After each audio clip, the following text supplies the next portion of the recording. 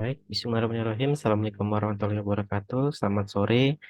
Berikut adalah best practice saya untuk melengkapi lembar kerja 3.1 dengan metode STAR, situasi, tantangan, aksi, refleksi hasil, dan dampak yang disusun oleh saya sendiri, yaitu Haryadi Nugroho, SPD. Saya dari kelas Bahasa Indonesia 002, kelompok 1. Dan best practice ini diambil dari KD 4.14, menelaah struktur dan kebahasaan puisi rakyat, pantun, syair, dan bentuk puisi rakyat setempat yang dibaca dan didengar.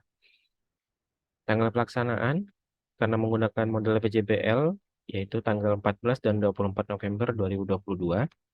Kemudian situasi sebelum pembelajaran model pembelajaran diterapkan, ada 4 situasi utama, yaitu motivasi belajar peserta didik yang rendah karena pembelajaran dilakukan di siang hari, jadi fisik dan stamina serta mental peserta didik itu kurang kondusif untuk belajar di siang hari. Yang kedua adalah miskonsepsi peserta didik dalam memahami pantun dan Carmina yang masih keliru karena mereka masih mengira bahwa Carmina itu adalah pantun. Jadi seandainya mereka menemukan puisi rakyat dengan 2 larik itu dikatakan pantun. Kemudian beberapa pembelajaran yang membosankan karena di sini guru, khususnya saya sebagai penulis, masih menerapkan model ceramah sehingga terkesan peserta didik yang pasif dan hanya guru yang aktif sehingga mereka merasa bosan karena pembelajaran masih menerapkan sistem satu arah, yaitu dari guru pada peserta didik.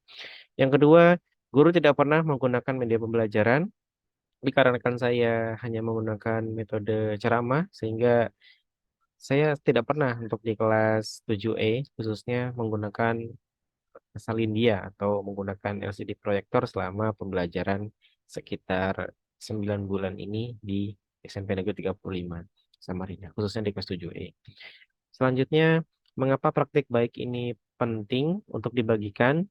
Yang pertama, sebagai usaha pelestarian puisi rakyat di kalangan peserta didik, karena mungkin di masa depan mereka akan menjadi pembawa acara, guru, seniman, dan profesi yang membutuhkan keterampilan menyusun diksi dan berbicara menggunakan intonasi yang tepat. Yang kedua, sebagai wawasan bagi rekan seprofesi yang menemukan permasalahan pembelajaran yang sama, kemudian meningkatkan motivasi sebagai pengajar untuk memberikan pengalaman yang bermakna bagi peserta didik dalam proses pembelajaran. Kemudian, apa yang menjadi peran dan tanggung jawab Anda dalam praktik ini? Yang pertama, tanggung jawab saya adalah mengubah pemahaman yang keliru pada peserta didik yang tadinya mengira dan memahami bahwa Carmina itu adalah pantun dan pantun adalah Carmina seperti itu. Jadi di sini saya ingin mengubah pemahaman yang keliru tadi. Kemudian meningkatkan motivasi belajar peserta didik dengan memanfaatkan media, memberikan pengalaman baru pada mereka bahwa ada gaya belajar lain selain guru yang berceramah, tapi ada metode PJBL yang akan memerlukan peran mereka secara utuh lebih banyak dibandingkan peran guru yang hanya berceramah pada pelajaran seperti biasanya. Kemudian menerapkan model pembelajaran yang tepat, sehingga tadi dengan situasi yang guru hanya berceramah, peserta didik yang merasa jenuh, dan jarang sekali menggunakan media pembelajaran, maka saya sebagai guru bertanggung jawab untuk menerapkan model pembelajaran yang tepat, dan saya memilih model pembelajaran PJBL atau Project Based Learning. Selanjutnya, tantangan yang dihadapi di sekolah ada 4. Yang pertama, ruangan kelas yang sempit dan panas, karena sekolah kami adalah sekolah yang cukup ruangan yang terbatas sehingga membatasi ruang gerak kami selaku guru dan juga peserta didik di dalam kelas. Yang kedua adalah motivasi belajar peserta didik yang rendah karena belajar di siang hari. Jadi mereka saat SD masuk di jam pagi karena di kelas 6, lalu pindah ke kelas 7 di SMP 35 dan mereka belajar di siang hari itu cukup berpengaruh bagi mental mereka yang biasanya pulang sekolah jam sekitar jam 13.00 dan di SMP 35 mereka harus mulai belajar di jam tersebut. Kemudian media pembelajaran yang jumlahnya terbatas karena di sekolah kami masih memiliki 2 LCD proyektor, maka untuk menggunakannya kami benar-benar harus bergantian dengan guru lain yang juga ingin menggunakan LCD tersebut. Kemudian guru belum memahami karakter seluruh peserta didik. Jadi ini menjadi tantangan juga sebagai guru untuk mengenali karakter peserta didik sehingga jika peserta didik sudah dikenal oleh guru, maka guru bisa menyesuaikan gaya komunikasi yang tepat bagi mereka. Kemudian pihak-pihak yang terlibat dalam best practice ini ada beberapa. Yang pertama penulis, saya sendiri, Haryadi Nugroho. Kemudian kepala sekolah saya ada Ibu Dini Indriani. Yang ketiga ada guru pemong yaitu Ibu Dwi Wahyuni. Kemudian dosen pembimbing saya, Bapak Alfian Rahmansyah. Kemudian ada rekan sejawat saya sekaligus mahasiswa PPG dalam jabatan yang juga satu kelompok dengan saya di PPG. Ada Ibu Lisa Novitasari, kemudian rekan sejawat senior saya ada Ibu Ida Andriati yang sering sekali saya tanya untuk berkonsultasi bagaimana pembelajaran yang tepat. Dan dari rekan-rekan saya ada mahasiswa PPG dalam jabatan dari kelompok satu. Kemudian dari peserta didik kelas 7E yang saya pilih untuk menjadi peserta didik saat praktik PPL saya dilakukan. Kemudian aksi. Aksi guru melaksanakan modul pembelajaran PJBL dengan pertimbangan modul pembelajaran ini lebih memberikan kesempatan peserta didik untuk mengeksplorasi kemampuan belajar mereka. Jadi yang pertama, guru saya menyusun RPP dengan model pembelajaran PJBL tanggal 14 November 2022. Sintak yang dilakukan adalah menentukan pertanyaan mendasar, mendesain perencanaan produk, dan menyusun jadwal. Kemudian tanggal 24 November 2022, sintak yang dilakukan adalah memonitor keaktifan dan perkembangan proyek, menguji hasil, dan mengevaluasi pengalaman belajar peserta didik. Selanjutnya, strategi dalam menghadapi tantangan ada 4. Yang pertama adalah mengatur tempat duduk sesuai kelompok sebelum pembelajaran dimulai, karena ruangan kelas kami cukup sempit sehingga kami memerlukan waktu untuk menyusunnya di awal pembelajaran sehingga kelas lebih kondusif. Kemudian melakukan ice breaking ketika peserta didik dirasa mulai jenuh dalam menyusun produk. Jadi dalam menghadapi pembelajaran yang mungkin peserta didik mulai jenuh, saya menyelipkan kegiatan ice breaking agar mereka kembali bersemangat ketika melanjutkan pekerjaan. Kemudian mengonfirmasi wakil kurikulum yaitu Ibu Juliati untuk meminjam media pembelajaran berupa LCD proyektor sehari sebelumnya sehingga nanti jika ada guru lain yang ingin meminjam, beliau bisa memberi konfirmasi bahwa LCD tersebut akan saya pakai. Kemudian berkomunikasi dengan wali kelas untuk mengetahui karakter sebagian peserta didik. Jadi saya meminta bantuan pada Ibu Dona Rosalinda sebagai sebagai wali kelas di kelas 7E untuk saya mengetahui bagaimana karakter sebagian peserta didik yang ada di kelas tersebut. Sehingga saya mulai memahami bagaimana cara berkomunikasi yang tepat pada peserta didik di kelas tersebut. Kemudian sumber daya dan materi yang saya gunakan menggunakan LCD proyektor.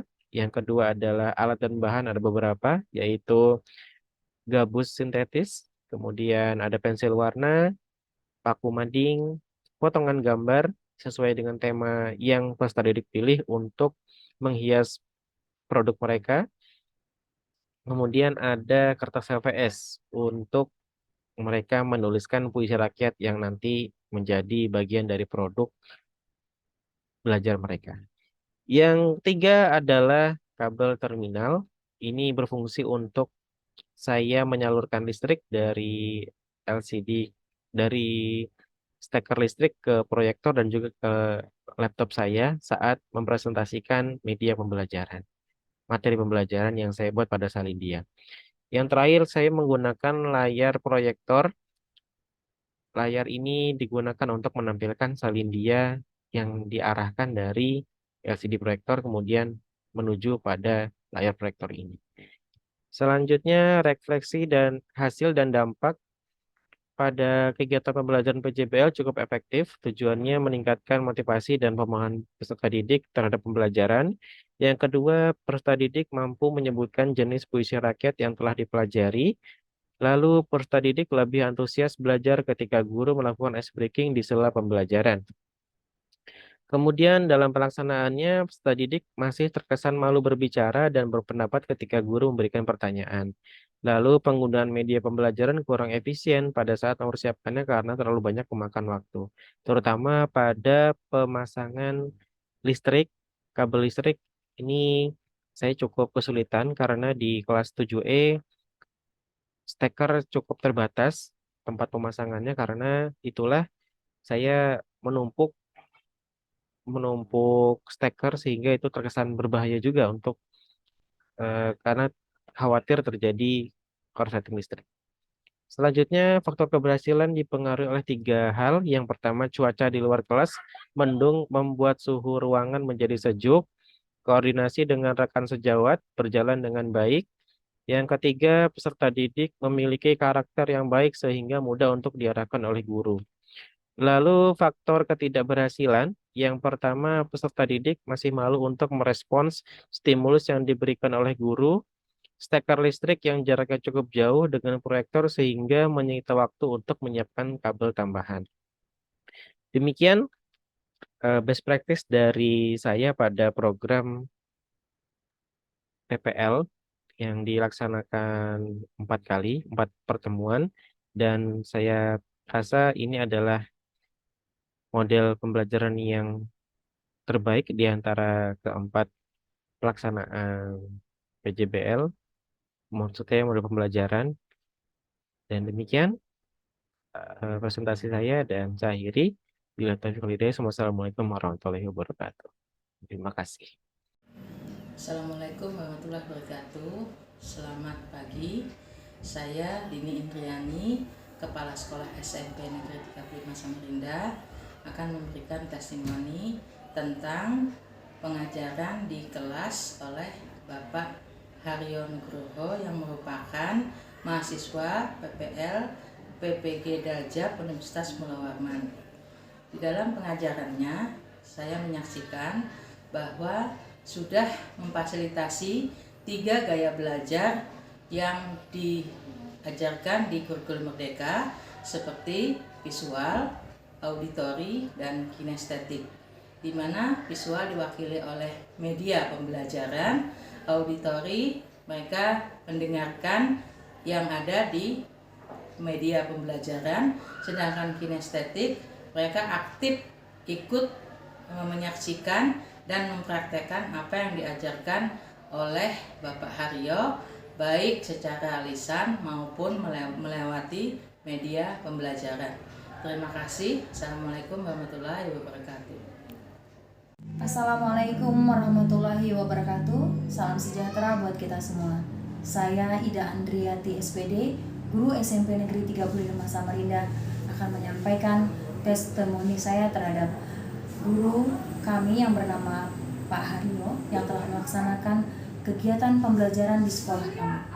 Pembelajaran yang telah dilakukan oleh Pak Haryo dalam materi yang sudah efektif sesuai dengan langkah-langkah pembelajaran yang sudah ada, sehingga mampu menghasilkan peserta didik menjadi lebih aktif, lebih inovatif, dan yang lebih penting lagi adalah siswa dapat merasakan bahagia setelah pembelajaran yang dilakukan oleh Pak Haryo. Terima kasih. Wassalamualaikum warahmatullahi wabarakatuh. Assalamualaikum warahmatullahi wabarakatuh. Perkenalkan, saya Fauzia Ramadan Yarsa dari kelas 7E. Di sini saya akan menceritakan testimoni pelaksanaan PPL Pak Haryo. Perasaan saya ketika pembelajaran dilaksanakan, saya tidak merasa bosan karena saya lumayan aktif di teman-teman. Terus kekurangannya LCD-nya tuh lumayan kecil, jadi untuk saya di belakang tidak terlalu kelihatan. Untuk harapan saya kedepannya pembelajaran ini